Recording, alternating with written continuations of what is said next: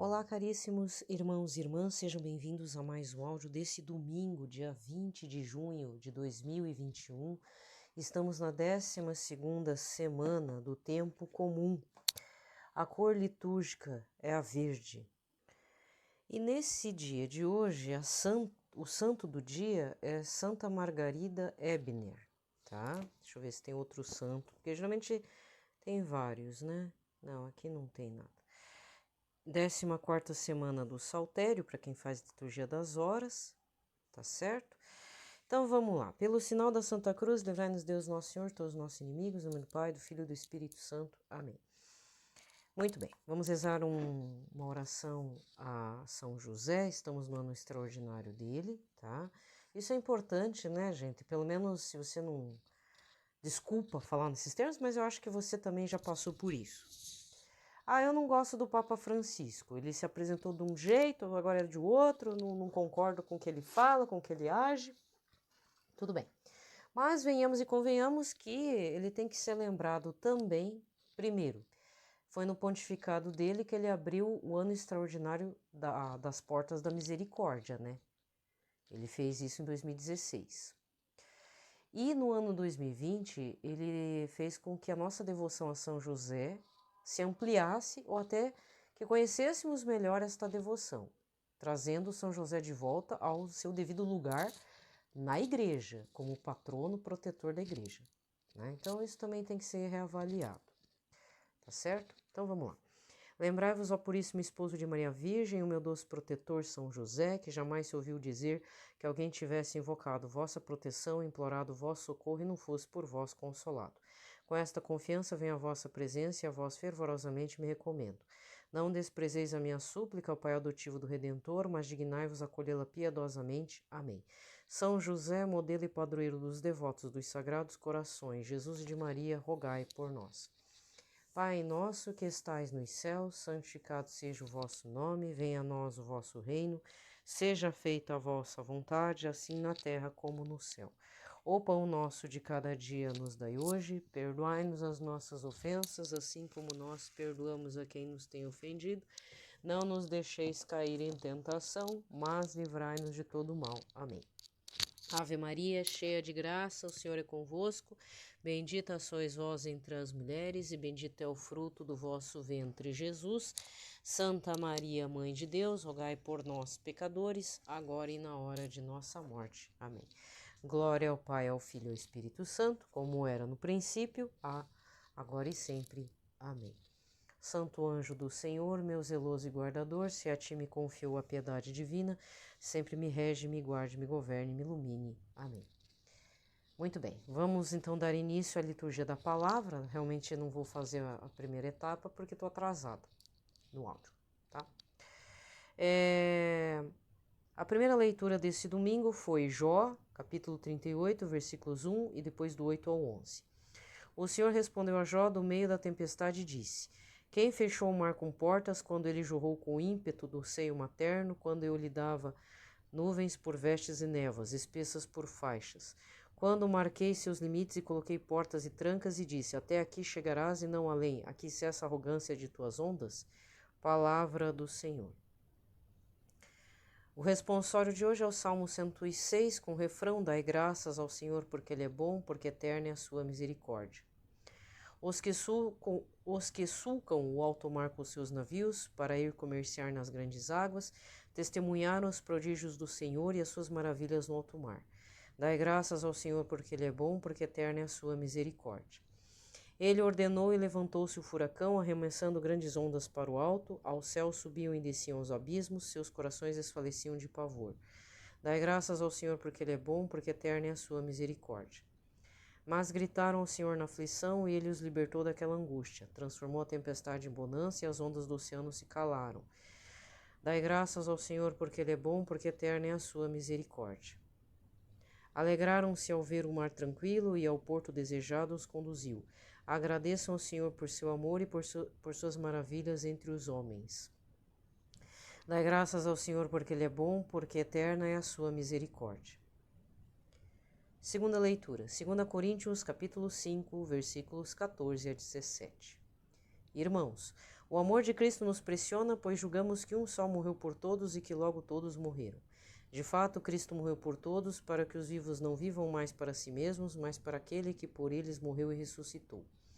Assim, doravante, não conhecemos ninguém conforme a natureza humana, e se uma vez conhecemos Cristo, segundo a carne, agora já não o conhecemos assim. Portanto, se alguém está em Cristo, é uma criatura nova, o mundo velho desapareceu, tudo agora é novo. Palavra do Senhor. Anúncio do Evangelho, Marcos 4, versículos 35 a 41.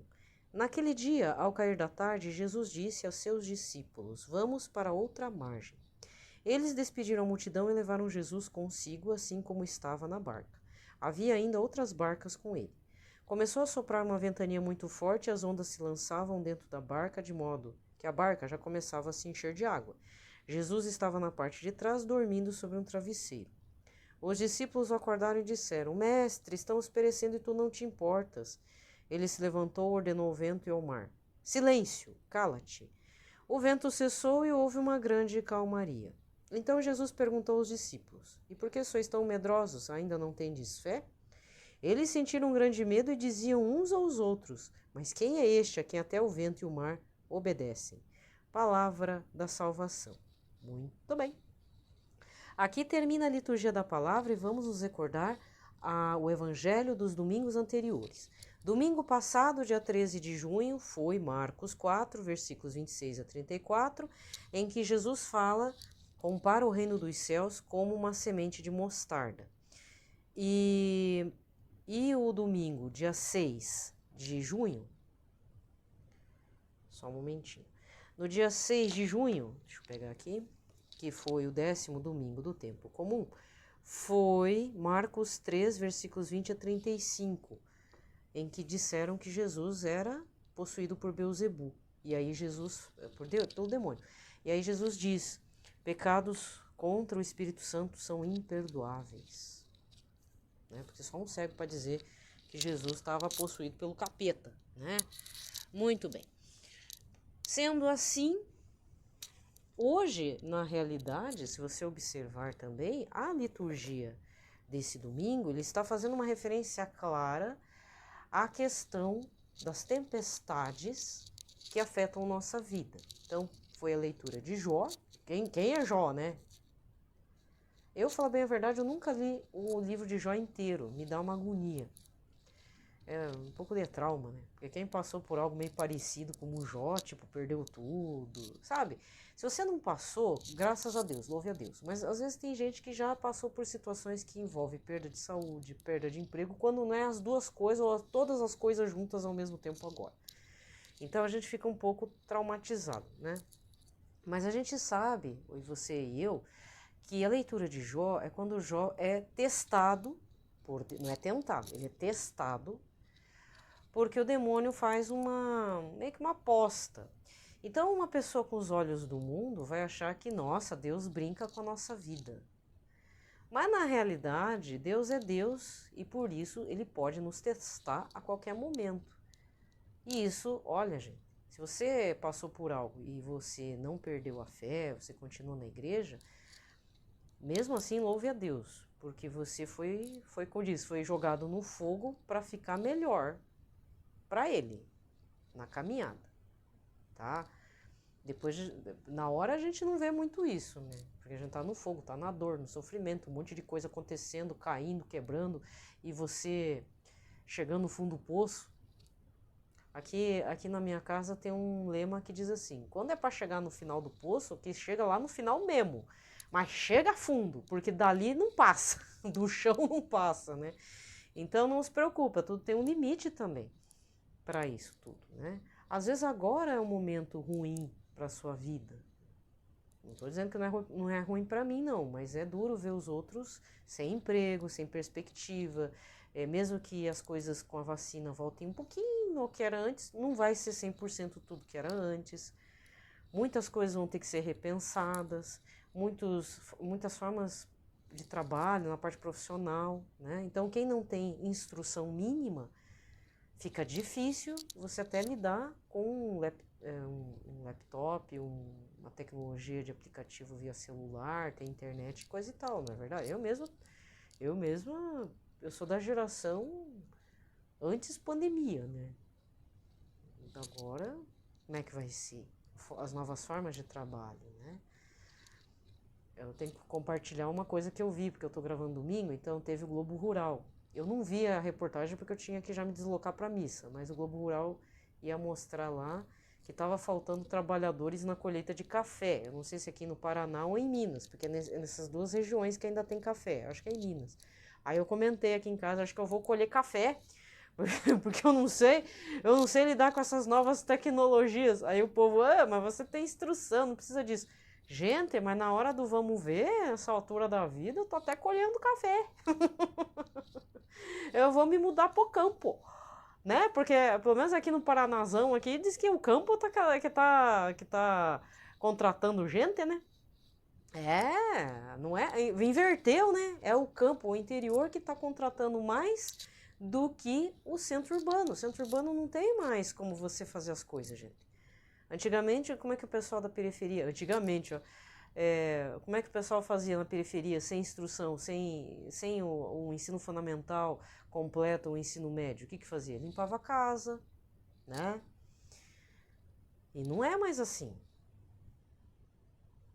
Entendeu? Então você que está se sentindo desempregado, procure saber aí o interior aí, vai que você é do interior, procure saber se não tem trabalho. Melhor meter todo mundo no campo lá, colhendo as coisas, do que colhendo batata doce, essas coisas aí. Que não dá pra passar máquina, né? Tem algumas culturas que você não pode passar máquina. Você tem que... na verdade, a máquina ela pode até revolver as batatas, mas colher mesmo, você tem que colher na mão. Entendeu? Bom, o que eu tava falando? Da tempestade Jesus e as tempestades, né? Jesus e as nossas tempestades. Então, a primeira leitura fala do sofrimento de Jó. A segunda leitura, ali no Salmo, faz referência às tempestades da vida. Na segunda leitura, São Paulo traz uma situação importante, que é Jesus sempre é algo novo. Alguns padres sempre falam isso, né? Que Jesus é sempre uma novidade. O ensinamento de Jesus é sempre... Tanto Jesus quanto o seu ensinamento são uma novidade. E isso é importante destacar, justamente porque à medida que a gente avança, digamos assim, nas águas mais profundas da leitura da palavra, que você faz uma imersão, tem gente que faz imersão lá em inglês, imersão lá na parte de administração, como é que é, faz o tal do brainstorm lá para fazer os troços dos empreendedorismo da vida, tipo aqueles programas tipo Aprendiz, né? Que o cara queima a cabeça para como é que eu faço estratégia de marketing. Todo mundo faz imersão a isso, mas ninguém quer fazer uma imersão na palavra de Deus, né? Mas na hora que a gente faz uma imersão na palavra de Deus, você faz uma vivência do cair e levantar, cair, levantar, cair, levantar, pedir perdão, né? Jesus torna-se novidade, porque o próprio Espírito Santo insufla isso na gente. Mas isso é uma experiência que cada um precisa fazer. Né? Talvez a maior novidade, maior contradição, sei lá que termo na língua portuguesa que podemos falar, quando a gente faz uma experiência com Jesus, com a Santíssima Trindade, com todos os santos tocados pela graça de Deus, Jesus atinge-nos de forma coletiva e principalmente particular ao mesmo tempo. Isso para mim, é um grande mistério. Porque como é que ele consegue atingir uma comunidade e ao mesmo tempo o nosso particular de forma muito peculiar? Ele atinge no particular do particular mesmo, porque ele sabe como é você, então ele vai tocar no seu pontinho fraco ou no seu ponto forte e assim vai. Né? Mas tudo depende da nossa abertura de coração. Na parte coletiva, é sempre o nosso testemunho, meu irmão, minha irmã, né? Como é que nós estamos testemunhando na missa ou na comunidade, se somos dizimistas, são exemplos, né, que eu faço sempre, mas que você também pode fazer e que você pode ter algo diferenciado. Você participa do Ministério da Música, você é da liturgia da palavra, você é leiturista, você é ministro de Eucaristia, isso também é um grande testemunho. Para fechar, falar em ministro de Eucaristia, aconteceu uma situação tão engraçada, quer dizer, para mim, né, para mim foi engraçada, porque depois eu fiquei pensando, nossa, como eu tenho uma mente fechada, né. Tem é que algumas pessoas fazem vários ministérios dentro da comunidade. Primeiro porque não tem quem se disponha, porque assim, quem quer fazer faz até demais, e quem não quer fazer não faz. Eu, por exemplo. Né? Então é assim, então o que aconteceu? Acho que foi semana passada, domingo passado, teve lá, foi apresentado os novos indicados para o Ministério da Comunhão, né, os MESCs. Isso é por indicação, às vezes o próprio ministro, um ministro indica o outro, porque é amigo, porque eu conheço, porque, né, quer fazer caminhada, eu posso ser seu padrinho. Então, aqui pelo menos é assim. Então, houve a apresentação deles para a comunidade, vão fazer o curso, né. Aí eu achei interessante assim, tinha um rapaz do Ministério da Música, mas desculpa falar, um piá, um rapaz mesmo, rapaz jovem. Não sei se é casado, deve ter seus 20 e poucos anos, nem chegou nos 30, 20 e poucos anos. Ele estava vestido de um jeito. E bem na frente, assim, quer dizer, na lateral deles, mas para quem é da comunidade mais para frente, tem uma portinha, não sei o que é aquilo, acho que é onde fica o som, alguma coisa assim. Aí eu vi que alguém entrou e fechou a portinha, enquanto estava sendo apresentado os iniciantes, né, para o curso de ministro e quem sabe virar mesmo ministro da Eucaristia, porque é um ministério importante, né, vai carregar o Senhor Jesus. Aí, tá, beleza, de repente quando eu vejo, saiu um rapaz vestido de ministro, aí eu olhei, só que sabe quando você olha a pessoa, ué, mudou, mas mudou, chegou a mudar até a fisionomia, parecia, aí eu lembrei, nossa, parece o Super-Homem, né? A pessoa tava com uma roupa, aí na hora trocou tudo, vestiu. Na verdade, tirou a blusa. Já tava tudo com a calça, sapato, tudo, só que ele trocou, colocou. Aqui é um blazer. Que chique, né? Em São Paulo, acho que é. Diocese de São Paulo é um jaleco branco, né? Aqui é um blazerzinho de crepe, bem bacana, assim. Não sei que tecido que é, mas dá o caimento de um blazer, né? Na cor creme. E com o nome, às vezes tem o símbolo, né, da Santa Eucaristia bordado, tudo. Aí, aí ele saiu, eu vi, nossa, parece um Super-Homem, só trocou de roupa. É, bobeira da minha parte, mas é que na hora eu não sabia que aquele rapaz era também um ministro, né, mas ele é do Ministério de Música, toca violão e tal.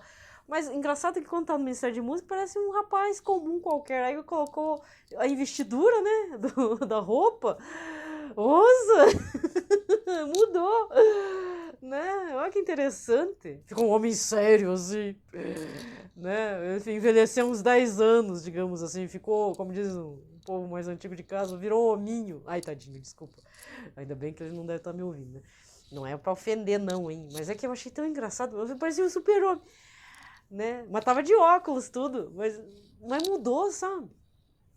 Então, essa situação é muito importante porque dá um testemunho. É muito chato quando eu não vejo, por exemplo, tem um certo território paroquial aqui que os ministros, eu não sei, agora eu não vou mais lá, né? Eu tive que me fixar em outra comunidade.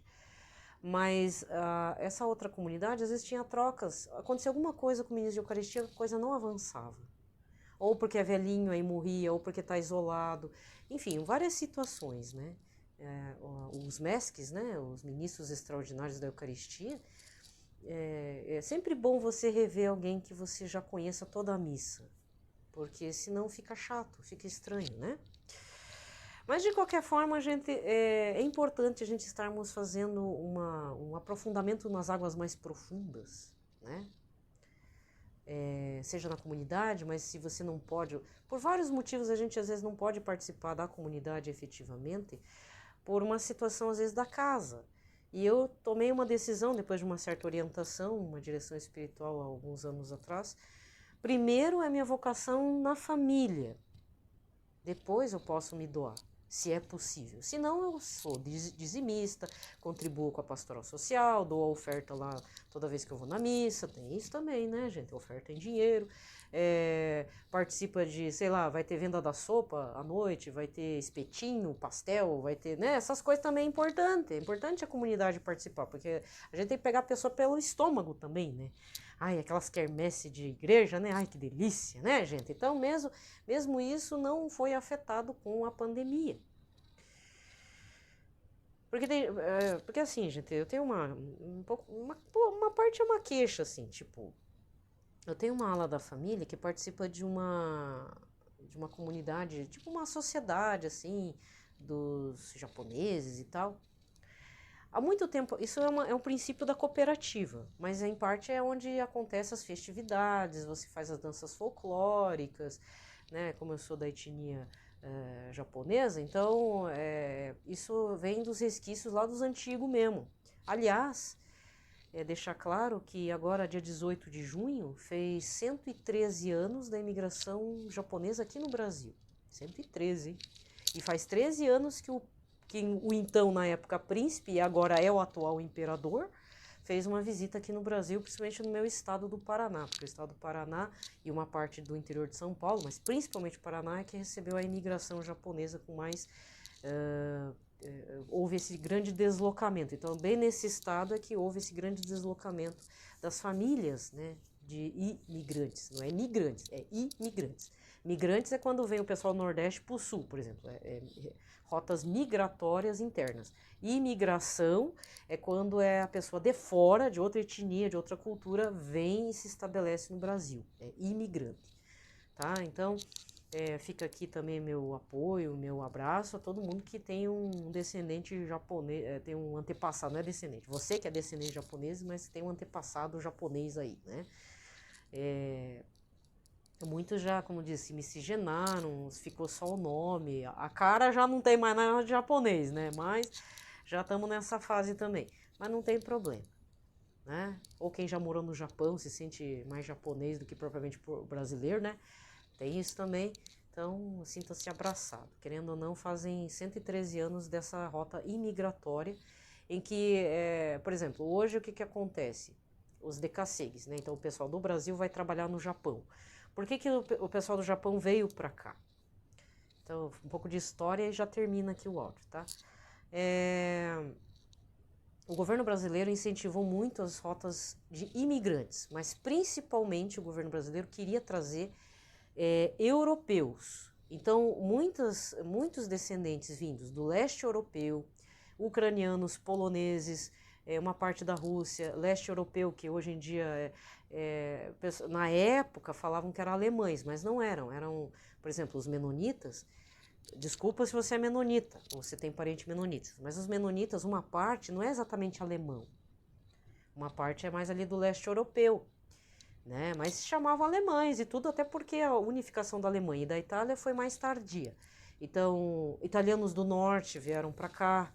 Então, por isso que aqui na região sul, no Rio Grande do Sul, Santa Catarina e Paraná, você vai ver os italianos, como diz o papo lá de um colega de trabalho. Ele é um italiano meio polaco, porque o cara tinha um olho azul, pele branca, cabelo loiro, né? Mas esses são italianos vindos da região do norte da Itália, porque da região sul já é a pele mais amorenada mesmo, são morenos, é outra língua, né? Então não veio tanto siciliano para cá, veio mais o pessoal do norte, que tem um pé lá na Alemanha, outro pé lá na parte nórdica e assim vai. Então tiveram muitas rotas migratórias para italianos, alemães, aí envolve o leste europeu, ucranianos, poloneses, uma parte russo, búlgaros, e aí não sei como os japoneses vieram para cá. E isso causou um certo problema, ou pelo menos um incômodo para alguns setores da política brasileira.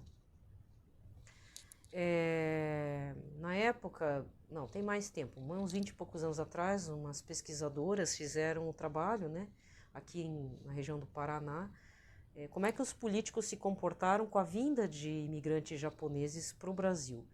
Muitos torceram o nariz, dizendo que parece um bando de índio tá vindo para cá. Inclusive o nome de rua, o Sr. Amintas de Barros. Quem mora em Curitiba sabe onde é que é essa rua. Esse foi um político que detestou a ideia de virem japoneses para cá. Isso porque já houve, só que isso não foi uma rota imigratória de fixação. Chineses haviam vindo para cá, aqui em Curitiba. Só que depois eles foram embora. Alguns fizeram família, fizeram filhos e deixaram as famílias para cá. Mas a maioria saiu fora, os chineses, né? E os japoneses, houve uma certa resistência, porque agora você vê nos materiais didáticos aí de história, existia uma política de branquear a população brasileira, porque após a Lei Áurea, tudo, não, a gente não quer mais, a gente quer trazer imigrantes para ver se, tipo, o know-how europeu, né, desses povos europeus para plantio e culturas diferentes aqui no Brasil. Lógico que existem algumas situações, por exemplo, no interior de São Paulo, infelizmente os senhores que cuidavam desses imigrantes tratavam eles quase como escravos.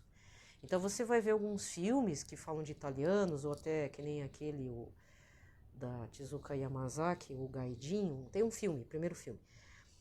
A família japonesa foge, porque eles são tratados como escravos. Eles, assim, tipo, vai comprar no armazenzinho da fazenda lá, do arrendado lá, e vai aumentando a dívida. Aquilo é prender a pessoa por escravidão por dívida. Então algumas pessoas fugiam e iam para a capital São Paulo, na parte da industrialização. No Paraná, houve uma outra política de aceitação de todos os imigrantes, principalmente os japoneses. Na região de Londrina, então, aí já não é falado tanto nos materiais didáticos, é só quem estuda a história do Paraná. Na região de Londrina, que é o norte pioneiro, que nós chamamos assim, por que o nome é Londrina? Porque teve empreendimentos ingleses na região do norte pioneiro, que era puro mato, literalmente uma floresta da Mata Atlântica, e eles foram derrubando, né? E recentemente, inclusive, tem um podcast pela RPC Paraná, né? RPC afiliada da Globo, em que houve a visita do então príncipe herdeiro, e que era assim, eram os dois príncipes da coroa britânica, o que deveria ser rei, mas que abandonou a coroa para ficar com a divorciada americana, e o que é o pai da rainha Elizabeth. Eles vieram para Londrina há 90 anos atrás. Não eram esse nome ainda, né? Depois é que deram o nome de Londrina. Inclusive, na cidade de Londrina foram retirados, agora não tem mais de enfeite, as cabines telefônicas ao estilo inglês. Por quê? Porque na época a companhia de terras era dos ingleses. Então, dentro da minha família, o meu avô, né, o pai do meu pai, ele comprou, meu avô é pioneiro em Londrina, ele comprou um lote lá e várias outras terras, algum sítio e tal, por meio dessa companhia de terras de Londrina. Né? Depois os ingleses foram embora e tudo, mas o nome ficou Londrina em homenagem a Londres. É bem isso. E Londrina é a segunda cidade, a maior do estado do Paraná, perdendo para Curitiba. Certo? Aí tem Maringá, né? Que diz, Maringá é um pouco mais longe, mas também é norte pioneiro, diz que é a melhor cidade para se morar, né? Tem uma infraestrutura e tal. Mas tô contando um pouco, né? Porque às vezes essas coisas é mais regional do que propriamente nacional. A japonesada sofreu bastante, né? Mas graças a Deus estamos aqui, né? Estamos aqui, agradeço a Deus. Eu, falar a verdade, eu não penso em ir para... Nunca fui para o Japão, não trabalhei lá, não quero ir para lá. Meu avô, da parte do meu pai, quando saiu do Japão, ele não ia voltar mais para lá. Problemas pessoais. Mas não queria mais voltar, queria fazer uma nova vida e graças a Deus essa é a mentalidade que eu tenho. Eu amo o Brasil com todos os problemas que ela tem junto e mesmo vendendo, como diz o grafite lá na parede, lá no muro, né? Vende-se o Brasil com tudo dentro. Mesmo que aconteça isso, eu ainda me sinto mais brasileira. Por mais que eu tenha uma cultura diferente, um ponto de vista bem crítico, pesado e bocudo. Aguenta, né, o barulho. Tá bom? Então, já fechei aqui o áudio, né? Hoje eu inverti, né? O primeiro momento era pra ser no primeiro momento, mas ficou pro terceiro. Então, gente, vamos fazer o seguinte. Amanhã, no áudio de amanhã, eu vou estar falando, vou ler trechos do livro Na Escola de Nazaré, do Frei Bruno Varriano, Tornando Sagrada a Minha Família, da Canção Nova, editora Canção Nova. Para quem não conhece, Frei Bruno Varriano é quem cuida do território de Nazaré, lá dos freis franciscanos. Tá? Ele tem 3 livros pela Canção Nova, inclusive ele tem um programa dentro da Canção Nova, não sei mais que dia que aparece lá, tá? Mas eu não sei porque eu tive essa inspiração, então eu vou compartilhar com vocês alguns trechos, mas hoje não. Hoje Hoje ficamos por isso mesmo. Um abraço a todos, fiquem em paz. Reze pelos seus amigos japoneses, né? Quem é descendente de japonês, reze bastante. Então, estamos sofrendo bullying, né? Por conta da, como diz o Dom Adair, aquela peste chinesa. Ó, gente, chinês é uma coisa, japonês é outra, coreano é outra. Não adianta. É a mesma coisa dizer que colombiano, boliviano, brasileiro e argentino e uruguai é a mesma coisa. É a mesma coisa? Não é. Moramos no mesmo continente. Mas nós temos culturas completamente diferentes, né? Desculpa falar, né? Mas nós temos, não temos? Então, quando alguém for fazer uma comparação ridícula, você que é descendente de oriental, chinês é uma coisa, coreano é uma coisa, japonês... E ainda japonês e chinês não se dá bem, né? Teve uma guerra lá nos antigamente, lá no tempo dos impérios e período colonialista. Colonialista é um ficar dominando o outro, né? Então a gente não se dá bem, japonês e chinês não se dão. Rola um preconceito grande. Mas, apesar da guerra sino-japonesa, não dá para comparar uma coisa com a outra, porque é a mesma coisa você comprar brasileiro, argentino, uruguaio, colombiano e boliviano com a mesma coisa. Não é a mesma coisa. Por mais que pareça igual, né? Não é que é igual, entendeu? Mesma coisa chamar o cara de africano. Tá, mas ele é moçambicano, ele é do Congo, ele é da África do Sul. Perde a identidade, né? O cara não é só meramente africano só porque ele é negro, por exemplo. É a mesma coisa dizer que o cara é europeu. Sim, mas é europeu da onde? Da França, da Itália, da Alemanha, da Espanha, entendeu? E ainda assim tem diferenças. Não é só língua. Às vezes diferenças físicas, diferenças de língua, diferença de tudo, né? Eu vou pôr isso em conta porque não adianta. O povo que é ignorante até o fim, né? Aí da ignorância parte o preconceito, né? Aí é que começa o troço. Gente, desejo a todos uma ótima semana, né? Da 12ª do Tempo Comum para todos. Um abraço.